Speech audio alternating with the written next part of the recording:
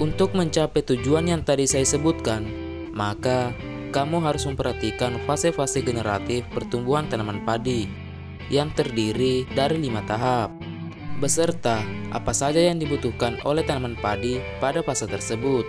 Karena hal ini akan sangat menentukan apakah tujuan tadi bisa dicapai atau tidak. Dan juga, kelima tahap tersebut adalah poin-poin penting penentu seberapa banyak atau berapa ton gabah yang bisa kamu dapatkan nantinya. Nah, dari kelima tahap penting tersebut, cukup satu tahap saja yang kamu tidak terapkan, maka bisa dipastikan panen padimu akan menurun drastis, bahkan bisa gagal panen.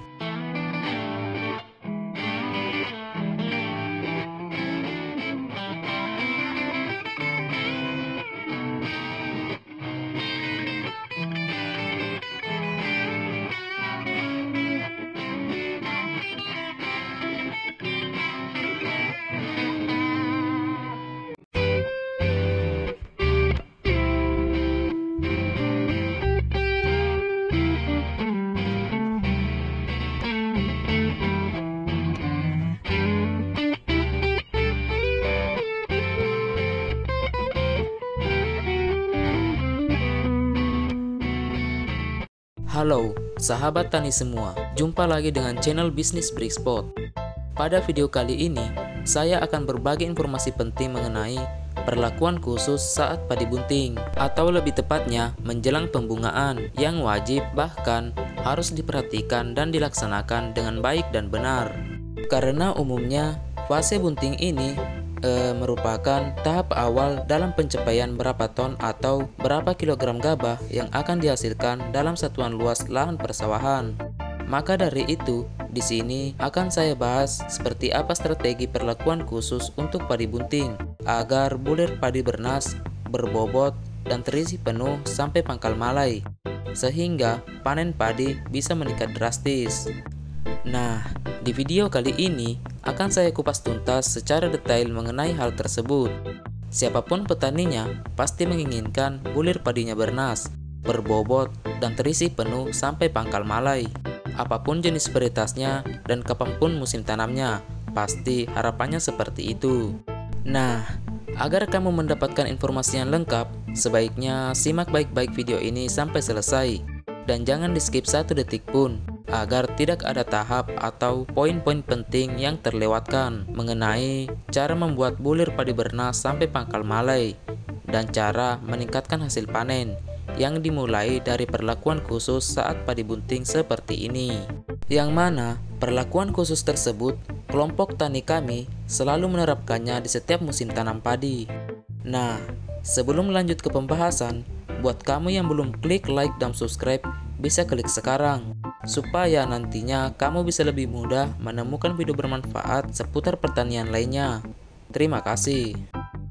Untuk mencapai tujuan yang saya sebutkan tadi, maka kita harus tahu terlebih dahulu mengenai fase-fase penting pada masa pertumbuhan generatif tanaman padi, beserta apa saja yang dibutuhkan tanaman padi pada fase tersebut. Karena hal ini akan sangat menentukan apakah tujuan tadi bisa dicapai atau tidak. Untuk mempermudah pemahaman sobat tani semua, maka di sini saya akan menggunakan perumpamaan yang seperti ini. Disimak ya bro. Setiap makhluk hidup dalam menjalankan aktivitasnya pasti membutuhkan yang namanya energi.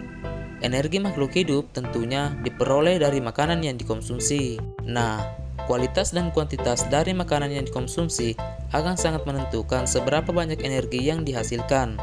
Contohnya manusia, energi yang dibutuhkan oleh seorang anak akan sangat berbeda dengan energi yang dibutuhkan oleh seorang ibu yang sedang hamil. Nah, seorang ibu yang sedang hamil tentu membutuhkan lebih banyak energi, karena selain untuk dirinya sendiri, kebutuhan untuk menjaga kesehatan dan perkembangan janin yang dikandungnya juga harus terpenuhi. Kondisi janin dalam kandungan inilah yang akan menentukan seperti apa pertumbuhan si bayi nantinya setelah lahir. Nah, begitu ya bro. Begitu juga pada tanaman padi.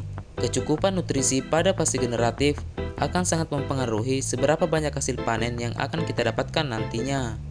Di sini saya pertegas sekali lagi, yaitu kecukupan nutrisi. Kenapa harus nutrisi dan kenapa bukan pestisida? Jawabannya begini bro. Untuk meningkatkan hasil itu tugasnya nutrisi, sedangkan untuk mempertahankan atau menjaga hasil adalah tugasnya si pestisida. Nah, jadi meningkatkan dan mempertahankan hasil itu sangat berbeda ya bro. Oke, untuk mempersingkat durasi video ini, maka saya akan membahas mengenai nutrisi dulu. Untuk pengendalian hamanya, kita bahas saat penyemprotan saja. Nah, agar pemberian jenis nutrisi tadi sesuai dengan tahapan pertumbuhan, sekaligus untuk mempermudah kita dalam menentukan jadwal pemberiannya, maka di video ini saya akan membagi fase generatif tersebut menjadi 5 tahapan yang perlu sobat tani semua perhatikan, yang diawali dengan tahap primordia tepatnya di usia 40 hingga 50 hari setelah tanam. Nah, tahap primordia ini bisa diibaratkan seperti seorang wanita yang lagi ngidam. Segala kebutuhan, baik itu gizi, vitamin, karbohidrat, dan lain-lain harus tercukupi dan terpenuhi. Selain itu, di saat primordia, tanaman padi sangat rentan terserang OPT atau organisme pengganggu tanaman.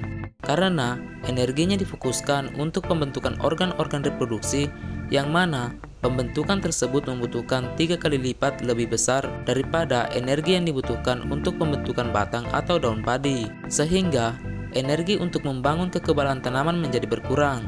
Seperti itu ya bro. Makanya sebisa mungkin jadwal pemupukan susulan terakhir dengan kandungan fosfat dan kalium kita aplikasikan ketika mendekati fase primordia ini.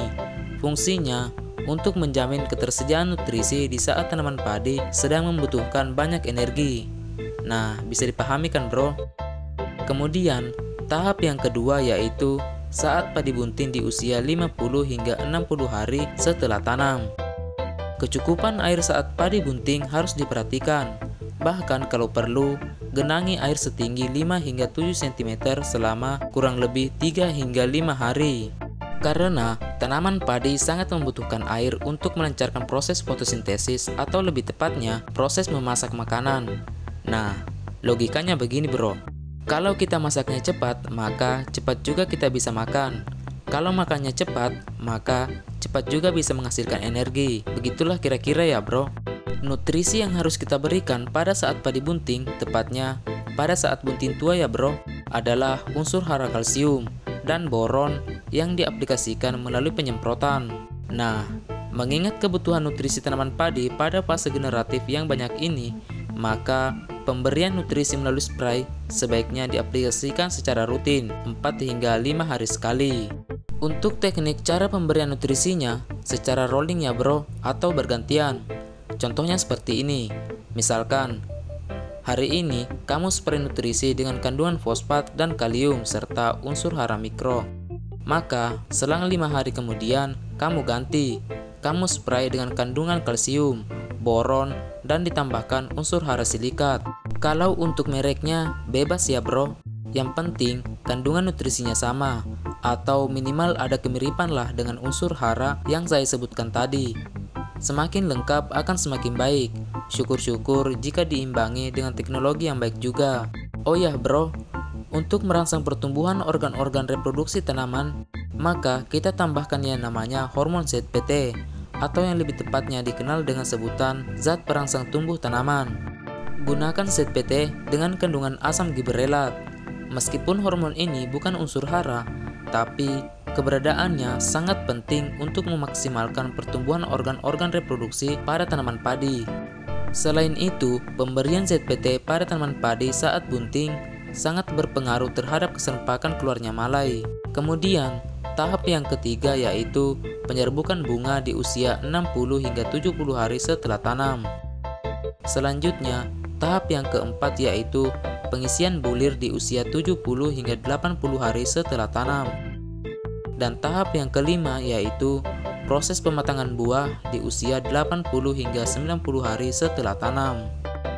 Nah, untuk tahap 3, 4, dan 5, kalau ada kesempatan, nanti kita bahas di video berikutnya ya bro. Karena kalau mau dibahas sekarang, durasinya terlalu panjang dan juga tidak sesuai dengan judul video. Karena yang dibahas saat ini adalah mengenai padi bunting. Jadi sekali lagi saya ingatkan agar kamu bisa menemukan video berikutnya kamu bisa klik like dan subscribe, serta nyalakan lonceng notifikasinya supaya nanti video berikutnya bisa ditampilkan di beranda awal YouTube kamu. Oke baik, semoga panen kamu melimpah. Salam sukses petani Indonesia.